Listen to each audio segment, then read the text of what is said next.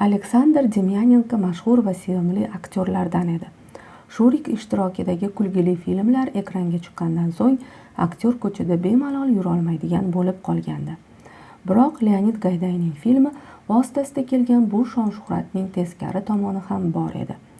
Demyanenko bitta obrazining asiri bo'lib qoldi. Bu esa har qanday artist uchun og'ir. Buning ustiga u qayerga borsa ham ko'tariladigan shovqin-suron tabiatan kamgap, odamovi aktyorning g'ashini keltirardi. Muxlislarning dastxat olishga, muloqot qilishga urinishlari kundalik hayotda uning uchun haqiqiy azob edi. Aleksandr Demyanenko 1937-yil 30-mayda Sverdlovskda tug'ildi. To'ng'ichi tug'ilgandan so'ng ko'p o'tmay oila boshlig'i boshqa ayolning yoniga ketdi. Ayol unga 2 farzand tug'ib berdi. Lekin Aleksandrning otasi ikkinchi oilasi bilan qolmay, yana birinchi xotinining yoniga qaytdi. Ko'p o'tmay oilada Tatyana va Natalya tug'ildi. Aleksandrning taqdirida hal qiluvchi rolni aynan otasi o'ynadi. Sergey Petrovich ijodga qiziqadigan kishi, haqiqiy artist edi. Ilgari u teatr san'ati institutida o'qigan. Vladimir Mayakovskiy va Lili Brik o'ylab topgan Siniya bluzi estrada jamoasida ishlagandi. Sverdlovskda katta Demyanenko opera teatri aktyori bo'lib ishlar, konservatoriyada aktyorlik mahoratidan dars berardi. Darsdan so'ng Aleksandr otasining yoniga teatrga borib, bo'sh vaqtini o'sha yerda o'tkazardi. U bolaligidanoq aktyorlikka qiziqib qolib, boshqa kasbni orzu qilmadi. Otasining yangi havasi tufayli ota-onasi yana ajrashib ketganiga qaramay, katta Demyanenko uning uchun bir umrga kumir bo'lib qoldi. Buning ustiga uning turli nikohlardan tug'ilgan farzandlari o'zaro yaxshi chiqishardi. Bo'lajak aktyor o'rta ta'limni Sverdlovskdagi maktabda oldi. 1954-yilda, ya'ni kasb tanlash vaqti yetganda, shaharga talabalarni saralash uchun Moskva badiiy teatri qabul komissiyasi vakillari keldi.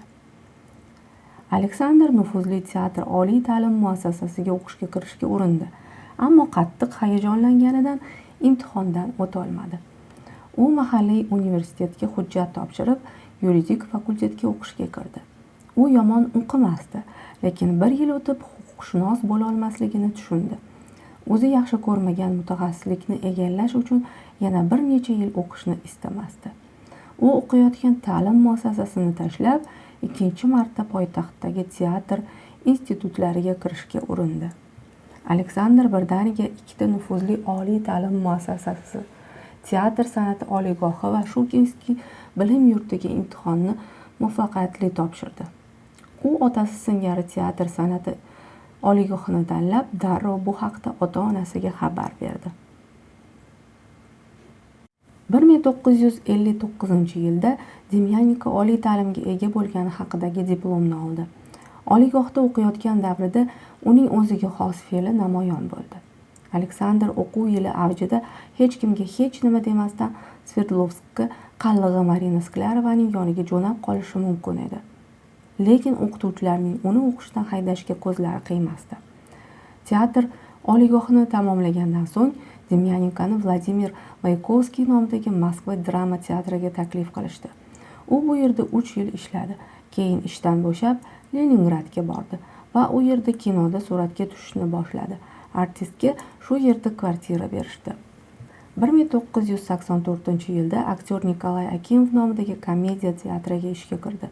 1990-yillarning o'rtalarida teatr rahbari o'zgargach, Demyanenkoning ketishiga to'g'ri keldi.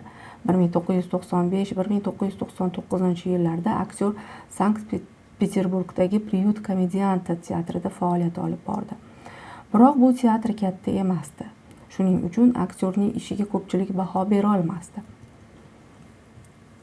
Demyanenkoning kinodagi faoliyati ancha erta, teatr institutining 2-kursida o'qiyotgandayoq boshlandi. Ilk marta u Aleksandr Alf va Vladimir Naumovning Shamol filmida Miti rolini o'ynadi. Aynan shu filmda jasorat ko'rsatishga qodir kamtar va ziyoli yigit obrazi yaraldi. Aktyorga aynan shu obraz mahkam yopishib qoldi. 1961-yilda Alf va Naumovning yangi filmi Kirayotganga tinchlik bo'lsin ekranga chiqdi. Ular yana aktyorni suratga tushishga chaqirishdi. Kinokartina nafaqat mamlakatda, balki xorijda ham omadga erishdi. Film bir qancha, jumladan Bryussel va Venetsiya kino mukofotlari bilan taqdirlandi. Keyingi filmlar: Dima Goringning karyerasi lirik komediyasi va katta bolalar komediyasi ham muvaffaqiyatli chiqib, Demyanenkoning shuhratini oshirdi. Uni ko'chalarda taniy boshlashgandi. Ammo haqiqiy shuhrat aktyorga Leonid Gayday bilan tanishuvidan so'ng nasib qildi. Mashhur rejissyorning Nojiddiy voqealar filmidagi bosh rolga aktyor kerak edi. Moskvada u bu rolga da'vogarlik qilgan 40 nafarcha aktyorni rad etgandi. Demyanenkoni ko'rgach, Gayday o'ziga kerak aktyor aynan shu ekanligini tushundi. Obrazga to'liq mos bo'lish uchun aktyorning sochlarini bo'yashga to'g'ri keldi. Uy operatsiyasi va Shurikning boshqa sarguzashtlari komediyasining ekranga chiqishi aktyorning ijodida katta voqea bo'ldi. Aleksandr Demyanenko mashhur bo'lib uyg'ondi. Endi uni faqat Shurik deyishardi. Keyinchalik o'zining iqror bo'lishicha, bu rolni o'ynash chog'ida u umuman qiynalmagan, balki o'zligicha qolgan. Leonid Gaydayga Shurik haqidagi voqeani davom ettirish haqida tinimsiz xatlar kela boshladi. Rejissyor tomoshabinlarning istagini qondirishga qaror qilib, 2 yildan so'ng Kavkaz asirasi yoki Shurikning yangi sarguzashtlarini suratga oldi. Demyanenko yana millionlab muxlislarning sevimli qahramoni, ko'zoynak taqqan Shurik qiyofasida namoyon bo'ldi. Kino rahbariyati Gaydaydan Shurik va mashhur uchlik ishtirokidagi yangi kinolarni talab qilar, bu filmlarni daromad manbai deb hisoblardi. Lekin Kavkaz asirasi Gaydayning bu uchlik ishtirokidagi so'nggi filmi bo'ldi. Rejissyor va Margunovning urushib qolishi ijodiy hamkorlikka nuqta qo'ydi. 1973-yilda tomoshabinlar Demyanenko ishtirokidagi yangi filmni ko'rishga muvaffaq bo'lishdi. Bu Ivan Vasilyevich kasbini o'zgartiradi komediyasi. Biroq shon-shuhratning teskari tomoni ham bor edi. Aktyor qahramoni Shurikning tutquniga aylandi. Rejissyorlar u bilan ishlashni istashmasdi. Unga kulgili malla soch obrazi yopishib qolgandi. Demyanenkoning o'zi bir necha marta hamma faqat shu rolni eslashidan noligan. Boshqa Mehribon dadam singari ajoyib kinokartinalardagi ishini esa eslashmasdi. Aktyor Leonid Gaydayning komediyalaridan so'ng nasib qilgan taniqlilik malol kelayotganini tan olardi. Aleksandr Demyanenko oz bo'lsa ham daromad keltirgani uchun tomoshabinlar bilan uchrashuv taklifini qabul qilishga majbur edi. Bu uchrashuvlardan undan qalbini ochishni talab qilishardi. Aktyor esa buni sira yoqtirmasdi. Hatto unga kinodan yangi rollar taklif qilmay qo'yishdi. Ammo shunda ham u ko'chada xotirjam yura olmasdi. Bu esa uni asabiylashtirardi. Aktyor xorij filmlariga ovoz berishga o'tdi. Multfilmlarga ham ovoz berishni rad etmasdi. Ora-sirada Demyanenkoga yaxshi filmlardan qiziq epizodlar yoki kichkina rollar taklif qilishardi.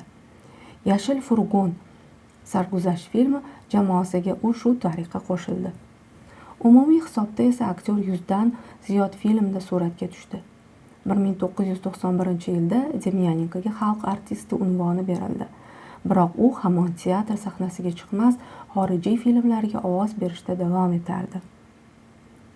Hamkasblari va do'stlarining eslashicha, Demyanenko juda odamovi va o'z xayollari bilan band odam bo'lgan. Aleksandr Demyanenko birinchi marta o'zi bilan drama to'garagida o'qigan teatrshunos va ssenariynavis Marina Sklerovaga uylandi. Aktyorning ikkinchi rafiqasi esa Lyudmila Akimovna bo'ldi. Ular kinostudiyada tanishishdi. Lyudmila Akimovna kinostudiyada dublyaj rejissyori yordamchisi bo'lib ishlardi. Keyinchalik esa rejissyorlik qila boshladi. Ayolning birinchi turmushidan qizi bor edi. Aleksandr Sergeyevich qiz bilan yaxshi chiqisha oldi. Aktyorning yuragi kasal edi, ammo u o'zini ayamas, tinim bilmay ishlardi. Ikkinchi infarktdan so'ng shifokorlar operatsiya o'tkazishga qaror qilishdi. Ammo Demyanenko operatsiyagacha yetib bormadi. O'lim sababi yurak kasalligi oqibatida o'pka shishi bo'ldi. Aktyor 1999-yil 22-avgustda vafot etdi. Dafn marosimi Sankt-Peterburgda o'tkazildi. Demyanenkoning xotirasiga bir qancha hujjatli filmlar va ko'rsatuvlar ishlandi.